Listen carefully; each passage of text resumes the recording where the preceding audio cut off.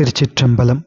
ஒற்றை கோவணமே ஆடை, கைப்பலியே உண்டி, சிவனடியார்களே உறவினர், ருத்ராட்சமே ஆபரணம், தரையே பாயல் என்று இருப்பார்கள். ஆயினும் இரவும் பகலும் இல்லாத காலத்திலே, முதலும் இடையும் முடிவும் இல்லாத இடத்திலே தூங்காமல் தூங்கி சுகம் பெற்று நிற்பது சிவஞானிகளது வாழ்க்கை திறம் ஆகும்.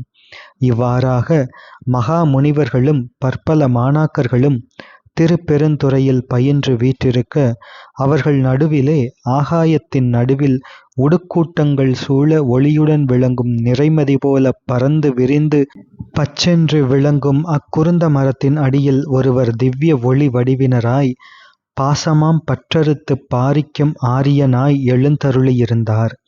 அவரது தூய திருமேனியானது மாசற்ற சோதி மலர்ந்த மலர்ச்சுடராய் பொன்வண்ணம் எவ்வண்ணம் அவ்வண்ணம் பொலிந்து இலங்கியது. அன்பரானவர்க்கு அருளி மெய்யடியார்களுக்கு இன்பம் தழைத்திடும் செம்பொன் மாமலர் சேவடி கணமாகி இலங்குகின்ற சேவடிகள் நிலந்தன்மேல் வந்தருளி நீள் கழல்கள் காட்டி, அந்த இரண்டிலே இடது திருவடி ஊன்றப் பெற்றும் அதன்மேல் வலது திருவடியானது மடித்து வைக்கப் பெற்றும் விளங்கின.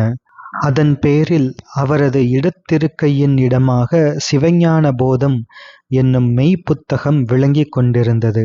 அப்புத்தகத்தின் உண்மை பொருளை விரிக்கும் வகையாலே சின்முத்திரையை வலத்திருக்கையானது காட்டிக் கொண்டிருந்தது. கழுநீர் மாலை ஏழுடைத்தாக எழில் பெற அணிந்த திருமார்பகத்தினிடமாய் தூய வெண்ணீரு துதைந்து ஒளிவிட்டு விளங்கியது. 9 புரிகள் கொண்ட பூநூல் வடமானது மார்பகத்திலே வெண்ணீற்றில் கிடந்து வழியும் சிறு பாம்பு போன்று இருந்தது. கண்டத்திலேயும் கைகளிலேயும் மார்பிலேயும் அழகிய ருத்ராட்ச வடங்கள் அணி செய்வனவாய் அமர்ந்திருந்தன.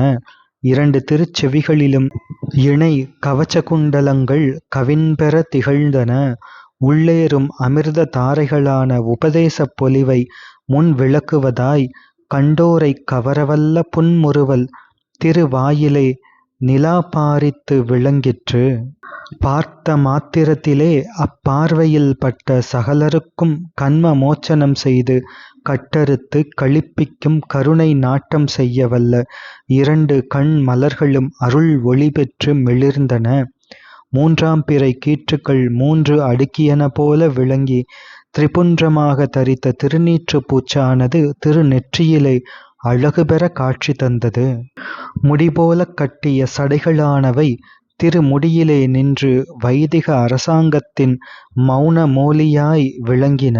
இவ்வண்ணமாக ஆச்சாரிய மூர்த்தியாய் மறையோர் கோலம் காட்டி அருட்பெரு வடிவம் கொண்டு தம்மை ஆட்கொள்வதற்கு என்றே சீரார் பெருந்துறையில் எளிவந்து இருந்து இறங்கி எண்ணரிய இன்னருளாய் ஒளிவந்து உள்ளத்தின் உள்ளே அழிவந்த அந்தணனாகி வீற்றிருந்து அருளிய குருமூர்த்தியை பிரம்மராயர் கண்குளிர கண்டார். காண்டலும் தொழுது வீழ்ந்து உடன் எழுந்து கரையில் அன்பு என்பினை உருக்க, பூண்ட ஐம்புலனில் புலப்படா இன்பம் புணர்ந்து மெய் உணர்வினில் பொங்க என்றபடி அடியற்ற மரம் போல அவரது திருவடிகளிலே விழுந்தார். சிதம்பரத்திலே ஆனந்த நடனம் செய்யும் இறையின் திருவடிவமும் ஆலின் அடியில் இருந்து அருமறை பொருளை உணர்த்திய முதல் குருமூர்த்தியின் திருவடிவமும் இங்கே எழுந்தருளிய இவரது திருவுருவமே ஆகும் என்று திரு அருட்குறிப்பு உணர்த்த உணர்ந்தார்.